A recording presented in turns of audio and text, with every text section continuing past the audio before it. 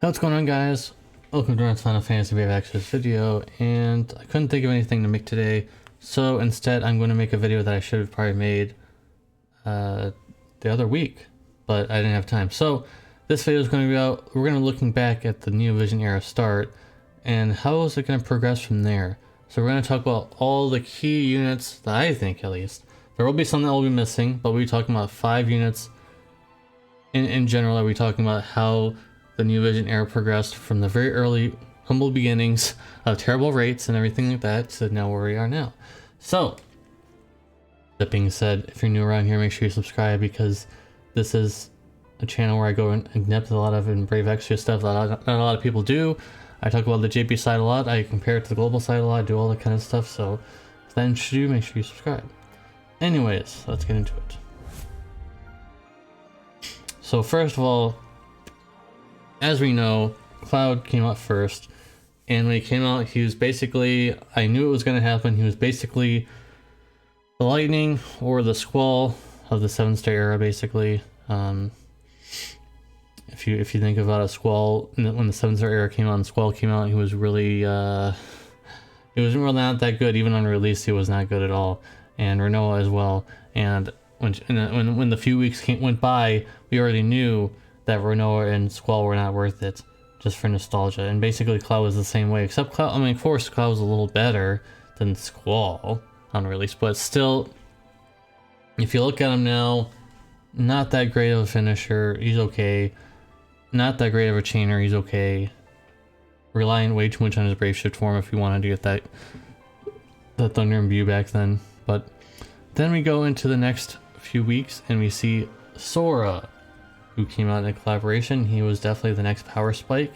Huge damage, but it wasn't like it was insane, like, oh my god, he actually was. He was one-shotting trials and stuff like that, but you know what I mean, like, it wasn't tremendous, like, it was good, because it wasn't like impossible, and then also Reagan came out too, where he was about as strong as Sora, or a little bit stronger depending, so there was that. And then Terra blew the lid off of that. She like smashed through the ceiling on that one, and everybody was always like, hey, Invokers are terrible, when are we gonna get a good Invokers?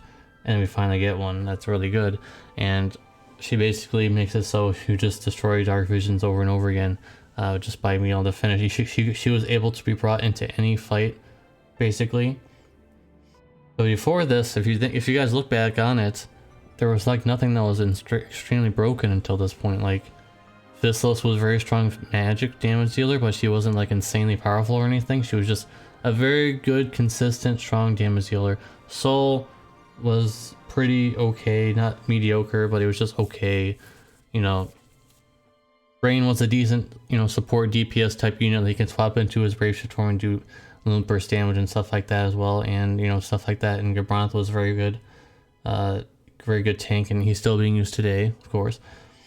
So if you guys think about it, like back then in the very beginning of Neovision era, of course Neovision units still weren't necessary just yet, but back then it was more like they were curbing the power creep. They were making units a little more fair, nothing too powerful, you know, steady power creep, a little bit here and there, but nothing too incredibly powerful or anything like that. Everybody was just like, hey, the next banner is coming out, it's okay, but you don't really need it. And then you get into Terra, where it's starting to become a little higher like this. It's like this, but not up there, not there yet. Terra is like a big power spike, but we're still like this. If you guys go back and look at the previous banners, we were still only like this. And then a few months pass, and we finally get to Zidane. I know I'm skipping a lot of banners because I can only fit 5 units on the screen, but I think this is a pretty good representation of what the Neovision era has gone to. Kara came out, and then Ferris, Luna Freya, those were really strong units, but nothing like incredibly like Zidane is going to be able to do. So basically Zidane can And I guess a lot of people, I don't know. When I made a video on him, I guess not a lot of people cared about him, but like he's a very strong Lone Burst damage dealer. He's a strong stat. He can stack his Lone Burst. So basically, if you hit it after the first one, he'll be hitting really hard, and he's extremely powerful for Dark Visions. And I didn't put a Hawkeye here because I don't know if Global will be getting Hawkeye, but it might be something similar to.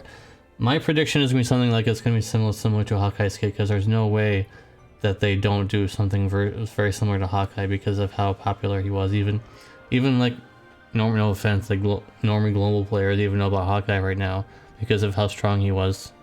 And he's still strong, by the way. He's probably still one of the strongest chainers in the game, easily. And then we get to the next few months, I believe.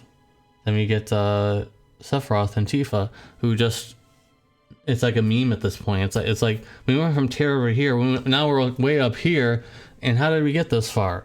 How did we get to this point?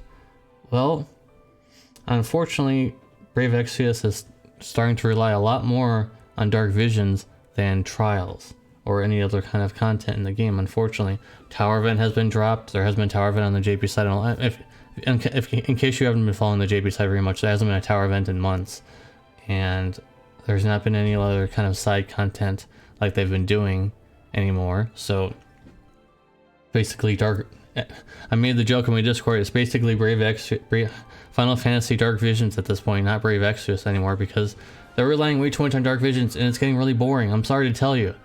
And you can click off the video right now. Oh, he's hating Dark Vision. Stop complaining. I was trying hard in Dark Visions on the JB side before anyone else, really. And then it's starting to get really boring. About a year in, it was the same thing. They weren't being very creative anymore. It was not really that fun anymore. So I feel like they need to bring something else back. And this is not my own opinion. I'm not alone in this. I've been seeing other people saying, hey, maybe they can bring back the old Tower Event where you had to have like 3 teams and you couldn't bring a friend and it was really hard. Something like that again. The old Tower Event, not the new one. The old one, where it was extremely difficult and stuff like that. And I wish that they would do that again. We're getting to a point like Sephiroth that makes everything like a joke. That's not dark absorbing. Like it's starting to become a point where what's the next 6 months gonna look like for the game? And I feel like it's still gonna be going like this, where you can't even see my hand anymore. It's going up. It's so far up there that it's becoming ridiculous. So there's 2 paths here. One, they continue to do this, where they will continue to embrace Dark Visions and continue to bring out units that only work with Dark Visions and have very limited kits, but are very strong at Dark Visions. And if you don't have it, you don't get a very high score. Or they could go the other path, where they could finally just cut it off where Sephiroth is and start making units again, where they're very similar in strength but not insanely powerful. But on the other end, it's like, hey, if we don't make really powerful units, then people aren't going to pull anymore, and we're going to start losing money. So they've got themselves in quite a bind, and that's their own fault. I will say that's probably mostly on Square Enix more than Alum, though, but because Square Enix is the one that's mainly doing the shot calling here. I feel like they need to distance themselves finally from Dark Visions. They can still do their beloved Dark Visions, whatever. There hasn't been a trial in the game since Amon, and I don't know when there's going to be another trial. They did put out Colosseum, which was interesting. There's a lot of trials that are basically you can only use friends. And you can't use friends, I mean you can only use 5 units, so it makes it a little more creative in Colosseum, but that only lasts so long. There needs to be, I'm sure when the next trial comes out, it's going to be another one of those, hey, do you have this unit? Oh, well, I guess you don't win if you don't have it, kind of trials, because long gone are the days where there used to be super creative with trials and things where you had to basically set up for a while and hope that you got the right combination. Nowadays it's just, hey, do I have the strongest damage dealer in the game? Okay, well I can just bring whatever I want and win the trial in a few turns. And LOL stomp everything, basically. That's how the game is now. And the global side has been looking at that for a few, even I would say about a year, or even more. The next trial comes out on the global side, it's instantly raffle stomped because everybody knows about it already. And there's no buffs to the trial, and of course there wouldn't be that many buffs. Global side has buffed trials in the past. I do think that something needs to happen where they need to make more global exclusive trials and not the LOL version of just putting 3 trials together that are already out in the game together. They need to make new trials again, because it's like this is like the biggest thing I think for gold players. What am I pulling units for if I have nothing to use them on? And that's the biggest question. So what do you guys think? In the comments down below, let me know what you guys think about this dilemma. We need to make, here's one side of the crossroads, we need to make more units so people pull and we can make money. On the other side, hey, units are becoming too strong and everybody's raffle stomping everything anyways. So what is the solution, guys? My solution, they need to curb the power creep at Sephiroth, and they need to start making... I really enjoyed the New Vision era when it was at its peak, where it was like the next banner came out and it wasn't like super powerful strong, but it was like, hey, this guy has a pretty cool niche. It's nothing too incredibly powerful, but it's like, hey, I might be able to use this for a certain situation. It's kind of a unique niche. I miss those days where it wasn't always, here's the next strong powerful unit that you have to put on your team or you lose. It's not a good route. I don't think that's the route to go down, but maybe you guys like that kind of route. Let me know in the comment section down below. I want to hear your guys' comments. I will read them.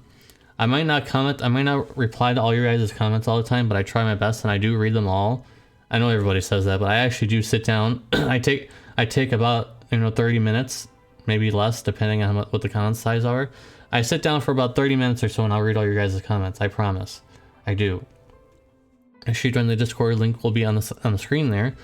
Join the Discord. You can join the memes, join the family, join my community, and that's about it. So hopefully you guys like this video where we talked about, where we're going to be in the next 6 months in Brave Exvius. Global side already kind of knows where we're at. We're going to be against Sephiroth and all that stuff, but what about the JP side? I'm actually scared of what's going to happen on the JP side in the next 6 months. If we're going to continue to go down the other path where they're just going to keep making stronger units. Is Sephiroth going to get power crept in a month? Like, if you told me that a year ago, if this guy was this strong and then he gets power crept in a month, I would laugh at you probably a little bit, because it was still kind of in that vein, but not too much. And now it's like, it's not even a joke anymore. Like, he literally could be power crept next month. I know that won't bother a lot of you guys because it's Sephiroth, but like, I'm just making the point here. Anyways, guys, I'm gonna get out of here. This is way too long of a ramble, and appreciate you guys watching. Make sure you like the video again, and I'll see you guys in the next one. Peace.